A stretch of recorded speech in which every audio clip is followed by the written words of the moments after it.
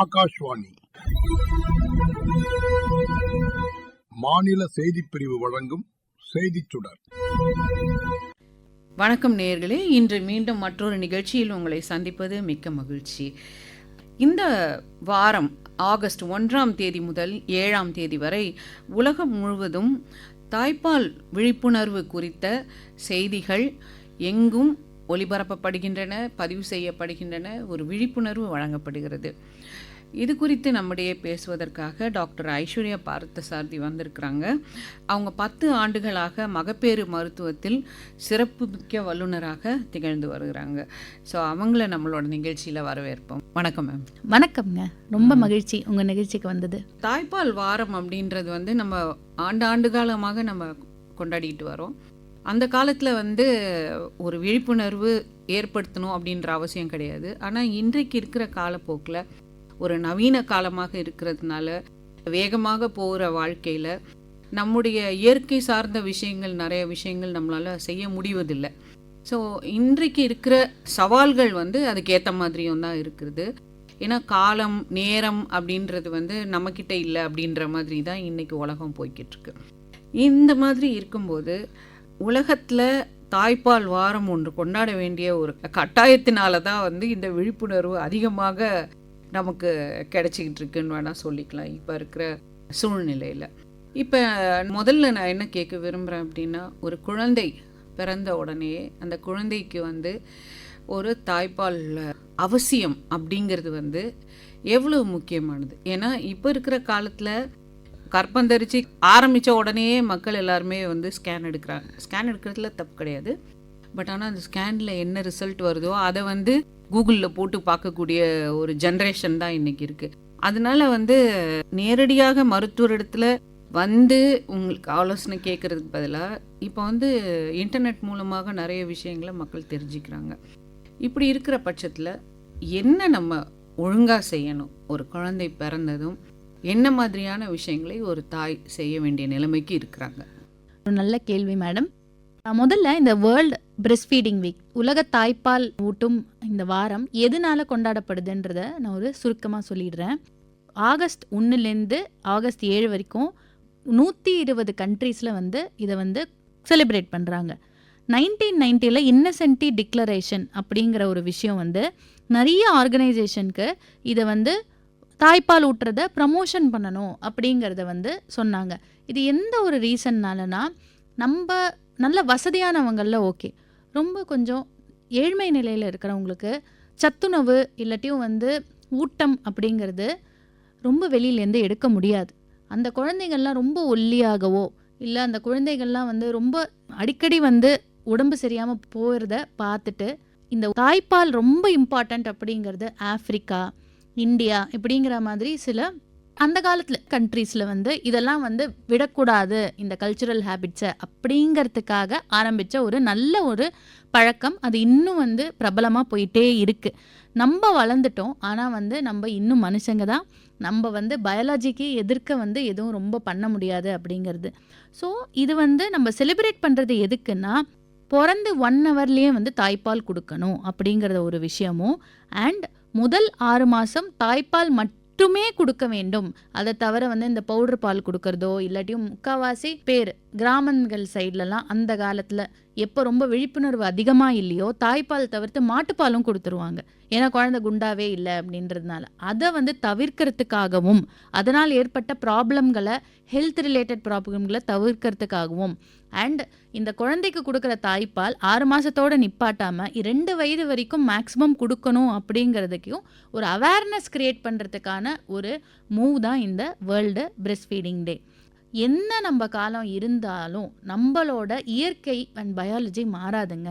So நம்ம இன்னும் மனுஷங்க தான். நம்ம அந்த தாய்ப்பால் கொடுக்கணும் அப்படிங்கிற ஒரு விஷயம் என்ன கூகுள் ChatGPT வந்தாலும் சில விஷயங்கள்லாம் மாறப்போகாது.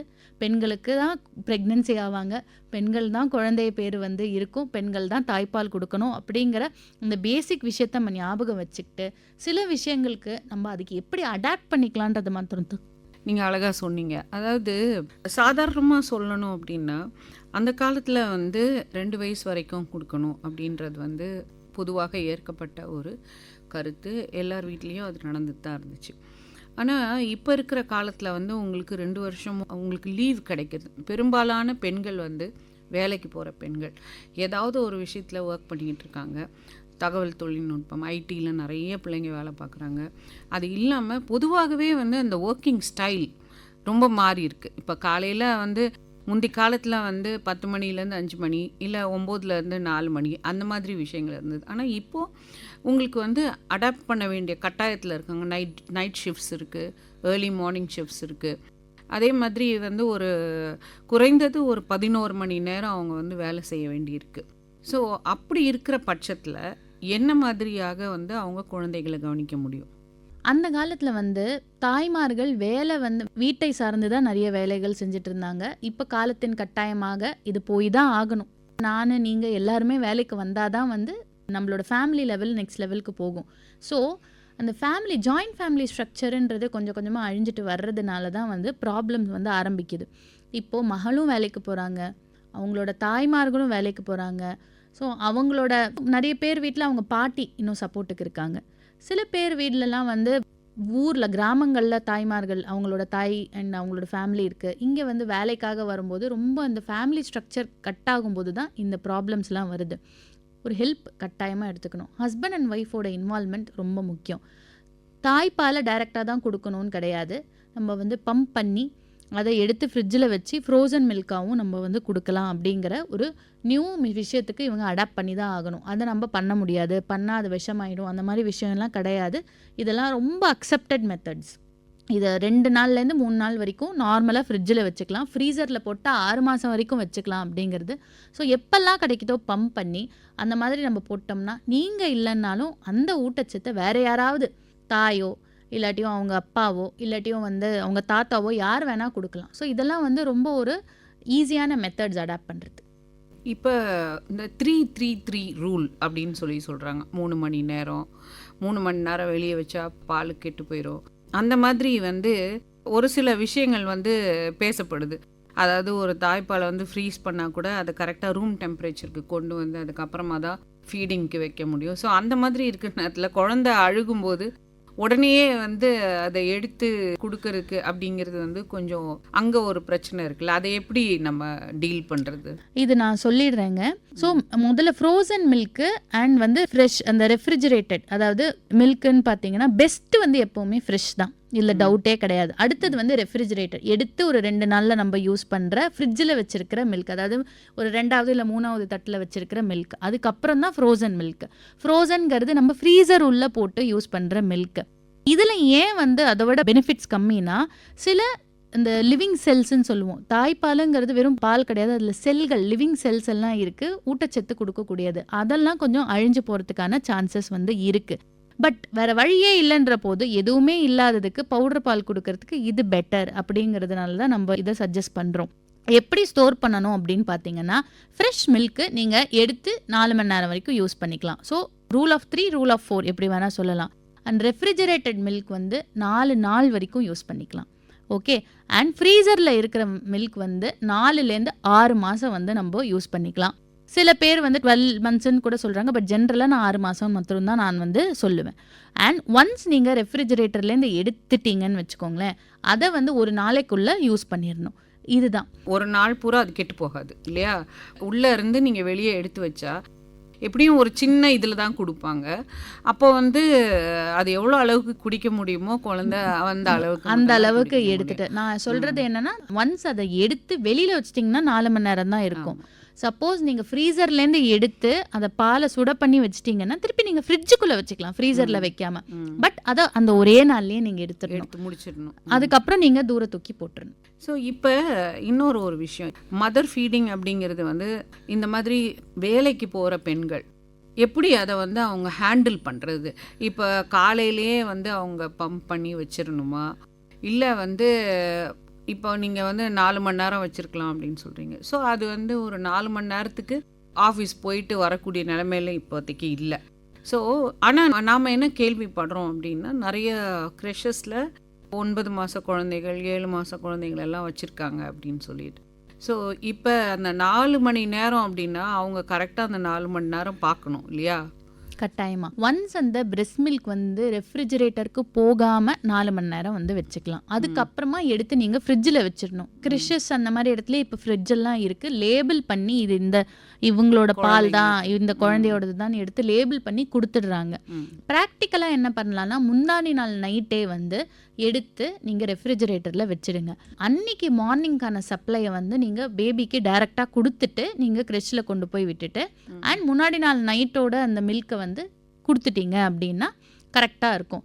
அதை தவிர இல்லாமல் ஒன்ஸ் வந்து அவங்க வெளியில் போகும்போது, அதாவது 6 மாதம் தாண்டின குழந்தைங்களுக்கு தாய்ப்பால் தவிர மற்ற ஃபீடிங்கும் நமக்கு யூஸ் பண்ணும்போது, ஸோ ஒரு ஃபீடு மார்னிங் ஃபீடு வந்து நார்மலான ஒரு கஞ்சியோ இல்லாட்டியும் ஃப்ரூட்டோ வெஜிடபிளோ கொடுத்துட்டு அப்புறமா வந்து தாய்ப்பால் கொடுத்தா வர்றதுக்குள்ளே பை த டைம் ஒரு 8 ஹவர்ஸ்க்குள்ளே சரியாக இருக்கும். அதுக்கப்புறமா வந்து இப்போ தாயை பற்றி பார்க்கணும். இப்போ நிறைய பேருக்கு வந்து தாய்ப்பால் வரமாட்டேங்குது அப்படியெல்லாம் சொல்கிறாங்க. ஸோ அதுக்கு வந்து முதல்ல தாய் வந்து தேவையான ஊட்டச்சத்துக்களை அவங்க எடுத்துக்கணும். ஸோ என்ன மாதிரியான ஊட்டச்சத்துக்கள் அவங்க எடுத்துக்கணும், எப்படி வந்து அவங்க தங்களை கவனிச்சுக்கிட்டா இந்த மாதிரி பிரச்சனை வராது?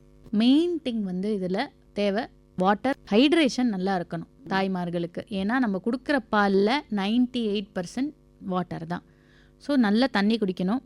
தண்ணிக்கு பதிலாக இளநீர், ஜூஸு எது உங்களுக்கு ஓகேவாக இருக்கோ அதை வந்து எடுத்துக்கணும். ஒவ்வொரு வாட்டி ஃபீடிங் பண்ணுறதுக்கு முன்னாடியும் ஒரு நாளைக்கு 2.5 to 3 லிட்டர் தண்ணி நீங்கள் அவசியமாக குடிக்கிறது நல்லது. அதுக்கப்புறமா புரதச்சத்து, அதில் உங்களுக்கு வெஜிடேரியன், நான் வெஜிடேரியன் சோர்சஸ், பெஸ்ட் நான் வெஜிடேரியன் சோர்சஸ் தான் எக்கு, ஃபிஷ்ஷு, சிக்கன். அந்த மாதிரி சில ஃபிஷ்ஷுலேயே இந்த பால் சுறான்லாம் சொல்லுவாங்க, அதில் வந்து ஜென்ரலாகவே பால் சுரக்கக்கூடிய தன்மைகள் உள்ள பொருட்கள்லாம் இருக்குது. But generally fish is a very good source of protein. வெஜிடேரியன்னா சுண்டல், பருப்பு வகைகள். அடுத்தது வந்து உங்களுக்கு fibre, fruits and vegetable seasonal, இதெல்லாம் நீங்கள் எடுத்துக்கலாம். இந்த நட்ஸு தான் எடுத்துக்கணும், இந்த சீட்ஸ் தான் எடுத்துக்கணும், இந்த ஹனி கலந்துருக்கணும், அந்த மாதிரி எந்த விஷயங்களுமே கிடையாது. இதை தவிர இல்லாமல் சில ஸ்பெஷல் ஃபுட்டில் உங்களுக்கு பால் சுரக்கக்கூடிய தன்மைகள் அதிகமாக இருக்குது. ஃபார் எக்ஸாம்பிள் பூண்டு, வெந்தயம், ஓட்ஸு, பால் சுறா, இந்த மாதிரி விஷயங்களில் உங்களுக்கு நார்மலை விட அதிகமாக வந்து பால் சுரக்கும். ஸோ இதெல்லாம் நம்ம இயற்கையாகவே நம்ம ஊரில் வந்து தொன்று தொட்டு இதெல்லாம் வந்து பண்ணிட்டு வர்றாங்க. அது ஒரு குறிப்பிட்ட அளவு வந்து எடுத்துக்கலாம். சில மெடிசன்ஸ், ஷதாவரின்னு ஒரு மெடிசன் நாங்கள் வந்து கொடுப்போம், அதை கலந்த வந்து டேப்லெட்ஸ் எல்லாம், அது வந்து ஆயுர்வேதிக் தான். பட் வந்து ஜென்ரலாகவே எல்லாருமே ப்ரிஸ்கிரைப் பண்ணுறது, அந்த ரூட்டில் வந்து பால் சுரக்கிறதுக்கான தன்மைகள் அதிகமாக இருக்குது. ஸோ இப்போ வந்து பொதுவாகவே வந்து என்ன சொல்லுவாங்கன்னா, அந்த குழந்தைங்கள பார்க்குற பெரியவங்களா இருந்தாலும் சரி, இல்லை அடுத்த வீட்டுக்காரங்களா இருந்தாலும் சரி, சொல்லுவாங்களா குழந்தை வந்து வெயிட்டாகவே இல்லை, ரொம்ப அப்படி மெல்லீஸாக இருக்குது, என்னத்தை கொடுக்குறீங்க அப்படியெல்லாம் வந்து கேட்பாங்க. ஸோ தாய்ப்பாலுக்கும் குழந்தையுடைய எடைக்கும் ஏதாவது தொடர்பு இருக்கா? தாய்ப்பாலுக்கும் குழந்தையோட எடைக்கும் கட்டாயமாக சம்மந்தம் இருக்குது. அந்தந்த டைமில் அது வெயிட் போட்டே வரணும். குறிப்பாக தாய்ப்பால் மட்டுமே எடுத்திருக்கிற குழந்தைகளுக்கு வந்து தாய்ப்பால் வந்து ரொம்ப இம்பார்ட்டன்ட் சோர்ஸ் ஆஃப் நியூட்ரிஷன்றதுனால குழந்தையோட எடை சரியாக ஏறலைன்னா ஓவர் அண்ட் அபவ் தட் வந்து ஃபார்ட்டிஃபிகேஷன் ஃபார்முலா வந்து போடுவாங்க. சப்போஸ் வந்து வசதிகள் இருந்தது அப்படின்னா மில்க் பேங்க், டோனர் மில்க் பேங்க்லேருந்து வேற ஒருத்தங்க நன்கொடையாக கொடுத்த மில்கையும் வந்து கொடுக்கலாம். ஸோ இது தவறு கிடையாது. சில பெண்களுக்கு வந்து தாய்ப்பால் இயற்கையாகவே கம்மியாக இருக்கும், இல்லை சில கண்டிஷன் அவங்களுக்கு ஏதாவது ரொம்ப சிக்காக இல்லை ஏதாவது மதர் இருந்தாங்கன்னா தாய்ப்பால் சுரக்கிறது கம்மியாக இருக்கும்.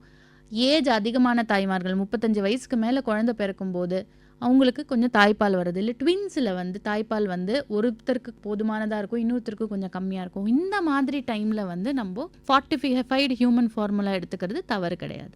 நேயர்களே, உலக தாய்ப்பால் வார தினத்தையொட்டி சிறப்பு நிகழ்ச்சியின் 2ஆம் பாகம் புதன்கிழமை அன்று இதே நேரத்தில் ஒளிபரப்பாகும்.